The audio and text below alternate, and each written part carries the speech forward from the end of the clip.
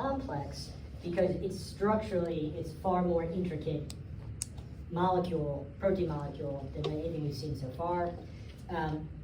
Each pyruvate dehydrogenase essentially has 3 separate components: enzyme 1, component enzyme 2, enzyme 3, so E1, 2, 3, and they combine to, in 5 separate steps, convert pyruvate into acetyl-CoA oxidatively. So you see an NADH is generated per pyruvate, and it's an oxidative decarboxylation, so a CO2 is produced along the way, right? Pyruvate's 3 carbons, acetyl groups are 2 carbons. There's where a CO2 shows up, 2 CO2s per glucose. We'll look at the regulation of this in the thermodynamics, but essentially, you may remember when we talked about high energy bonds, phosphate bonds, like ATPs, but also thioesters, and acetyl-CoA in its acetylated form is a thioester. So forming a thioester, highly exergonic step, energetically hard barrier to overcome. Once acetyl-CoA is made, it's reversing the PDH complex from acetyl-CoA to pyruvate is thermodynamically challenging. So again, there's 5 steps, 3 enzymes, and when we think about PDH, the term pyruvate dehydrogenase itself actually only refers to the first step. So we're going to go through the names E1, 2, and 3. They all require specific cofactors for their steps. You don't have to worry about this, the enzymatic names. The pyruvate, the name helps you because it tells you what the chemistry is. Dihydrolipoyl transacetylase, dihydrolipoyl dehydrogenase. But the idea is, first step is the oxidative decarboxylation that produces an acetyl group. The acetyl group is then transferred to coenzyme A to make acetyl-CoA in the second step. And then during that process, the enzyme is the enzyme is reduced, so it needs to be reoxidized in order to have the whole process go again. So the last step is for that. Main cofactors, diamine pyrophosphate, lipoamide, and FAD. Which here are their structures. Unlike in NAD, we don't need to worry as much about these key structures of these compounds, just some of the components. Even with diamine pyrophosphate, the part that we really care about in terms of the chemistry is this functional group. Now we've seen diamine pyrophosphate already in a reaction in terms of gluconeogenesis. Pyruvate in terms of ethanol fermentation with pyruvate decarboxylase, right? Because with ethanol fermentation, pyruvate is decarboxylated to acetaldehyde and then converted to ethanol. Pyruvate decarboxylase also uses the thiamine pyrophosphate cofactor. I mentioned this at the time, repeat it here. This cofactor, and what do cofactors usually help a specific type of chemical reaction. NADs are good for hydride transfers. Thiamine pyrophosphates are good for decarboxylations. And again, oxidative decarboxylation of pyruvate. So in a sense, this first step is similar to that first step in ethanol fermentation. A thiamine-dependent enzyme decarboxylates pyruvate to an acetyl-ish group. The key thing about thiamine pyrophosphate that allows this to happen is the fact that the hydrogen that's highlighted here is a very low pKa. So the group here can equilibrate.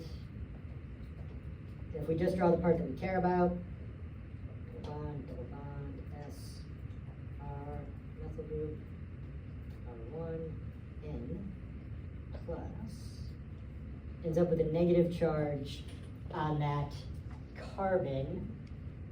Organic chemists who love to name things, name this form of the molecule because it has a positive charge next to a negative charge. That's called the ylid form of the thiamine group. And the point of this is, from a chemical standpoint, when it's deprotonated, it has a negative charge. Negative charge on an alkene is very, right, And because it's adjacent to a positively charged nitrogen, that forms the ability for an electron to sink, in other words, for electrons to go, this favors the breaking of the CC bond. So in the sense of how this is used for pyruvate dehydrogenase and pyruvate decarboxylase, same way. In order to break that carbon-carbon bond to liberate CO2, there needs to be a place for electrons to go to. In other cases, cofactor provides that with this isoleum ylid on the cofactor itself. Lipoic acid, on the other hand, again, you don't need to draw the whole structure, but we notice what this cofactor has is a disulfide, right? The disulfide in SS is no different than a disulfide that would be like in a protein with two cysteines, right? So with the lipoic acid, and this is green, right? With the lipoic acid, it has an oxidized form and it has a reduced form as well, which means it can oscillate between the disulfide and the free thiols, which means it can serve as an electron transfer mediator, right? Say the lipoic acid can accept electrons to become the free thiols, and then donate those electrons to some other group to regenerate the disulfide. And that's really what this, what occurs here is a relay of electrons from pyruvate through the pyruvate decarboxylase, through the pyruvate dehydrogenase complex. If we look at the form of the carbons, we see essentially three chemical steps in forms of the carbons. So the pyruvate is fragmented into a 2-carbon acetyl group. In the enzyme, it's not actually as this free carbanion, but functionally it is a carbanion. That carbanion is then, it loses electrons, right? So it's oxidized to a carbocation form, and that carbocation form can then be conjugated to the thiol of CoA to form the acetyl-CoA.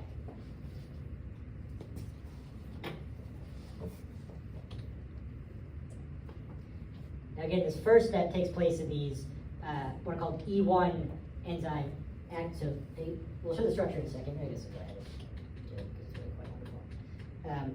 So the structure of pyruvate dehydrogenase in bacteria is about 60 subunits, larger in eukarya.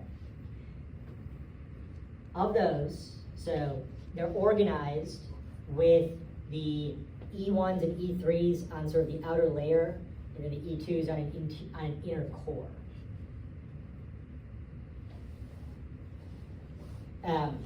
So there's 60 E2s on the inside, so about 120. So there's 60 E2s on the inside, and then a layer on an inner core, and then an outer layer of E1s and E3s. Which means there's approximately 60 sites in this whole protein particle that can be converting pyruvate essentially at any one time, right? It's a multi-pyruvate dehydrogenating complex. On the exterior, where the pyruvate dehydrogenase pyruvate is being dehydrogenated and decarboxylated, the reactions are being mediated by those lipoic acids from the core that are extending out into the outer catalytic layer. And again, this is occurring totally all along the surface of this protein complex. So with the decarboxylation, right, we see initially that oxidative decarboxylation, and so this form is the carbanion form, right? It's equivalent to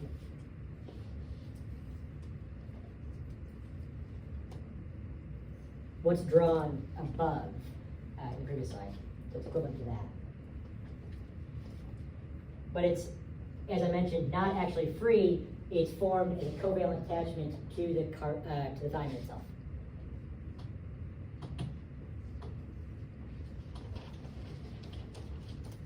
This is the electron pushing for how that happens. Okay. That ylid, when it's deprotonated, can electrophilically attack the carbonyl of pyruvate to form a tetrahedral complex.